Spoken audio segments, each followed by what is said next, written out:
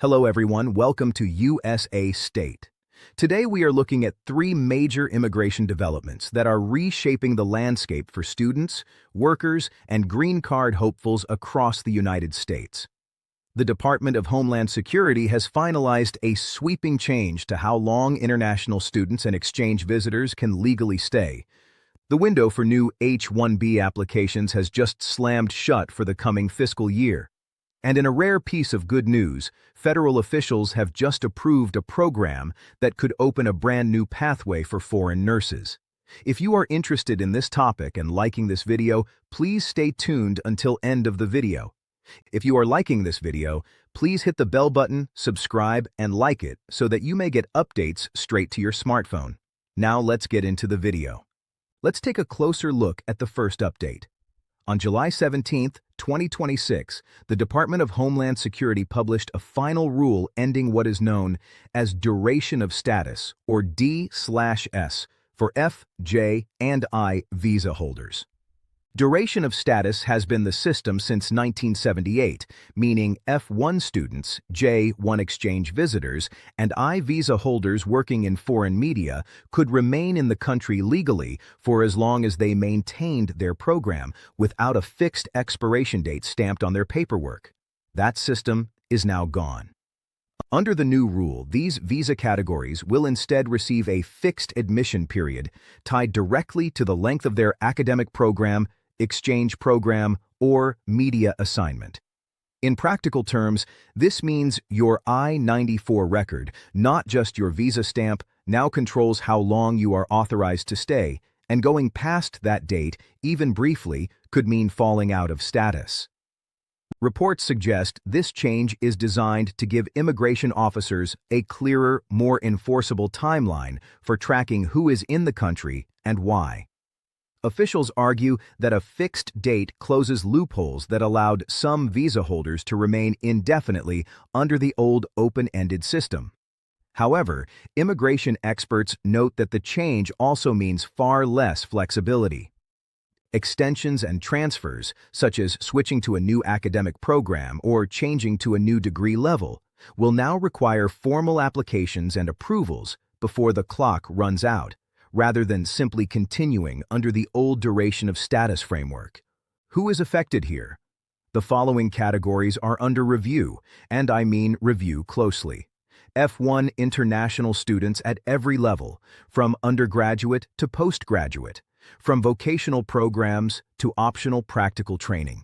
J1 exchange visitors, including scholars, researchers, interns, and au pairs. And I visa holders, which cover foreign journalists and media representatives working in the United States.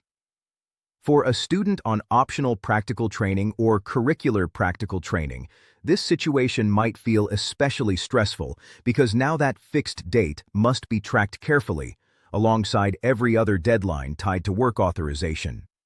Designated school officials are being urged to walk students individually through what their new I-94 expiration actually means, since the visa stamp in their passport might still say one thing while their authorized stay says another.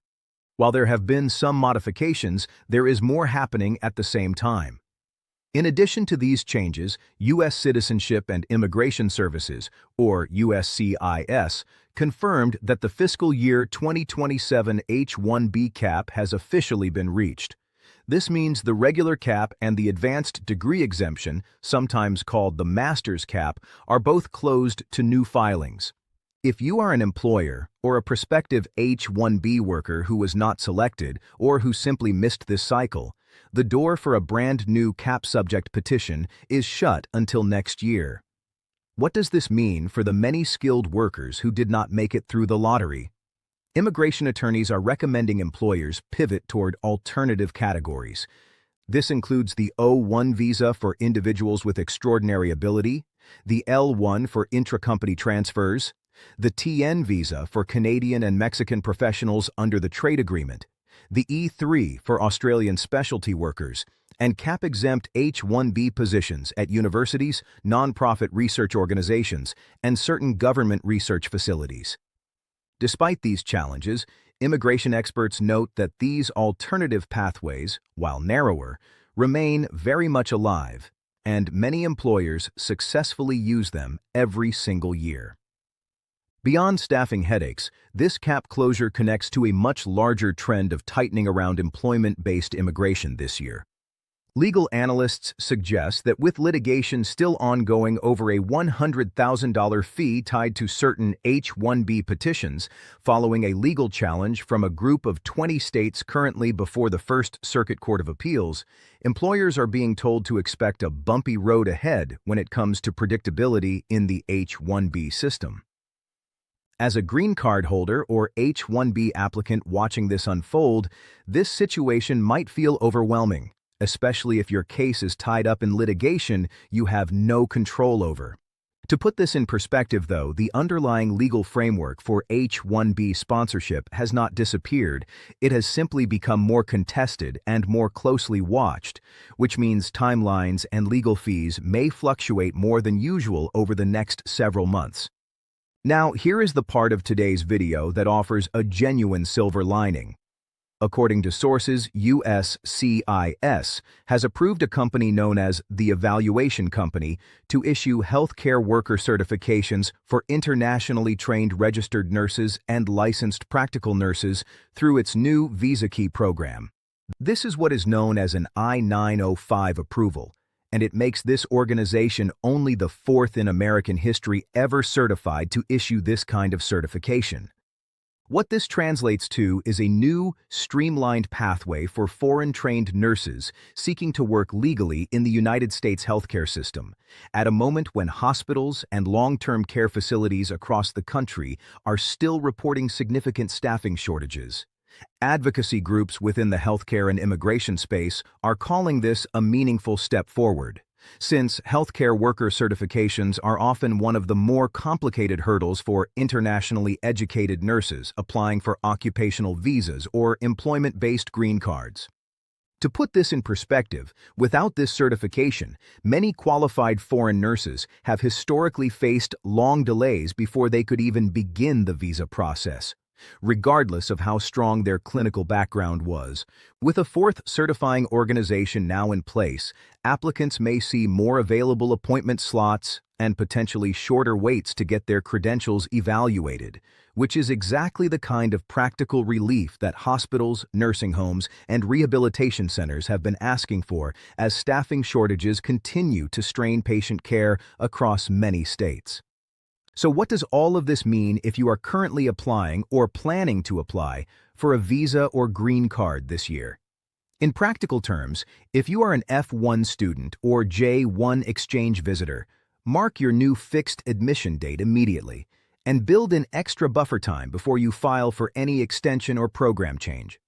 If you are an employer or worker affected by the closed H-1B cap, now is the time to speak with an immigration attorney about alternative visa categories before positions or projects stall out. And if you are an internationally trained nurse, this new certification pathway may be worth exploring with your employer or recruiter in the months ahead. Beyond these three updates, the August 2026 Visa Bulletin also brought modest forward movement for several family-sponsored and employment-based green card categories, with family preference categories such as F1, F2B, F3, and F4 advancing between 3 and 7 months for most countries, though the State Department is warning that continued high demand could cause retrogression before the fiscal year ends on September 30, 2026. Additionally, a separate federal rule taking effect on September 18, 2026, will change how immigration officers weigh public benefits such as Medicaid, food assistance, and housing aid when making green card decisions, which is something every applicant should watch closely in the coming weeks.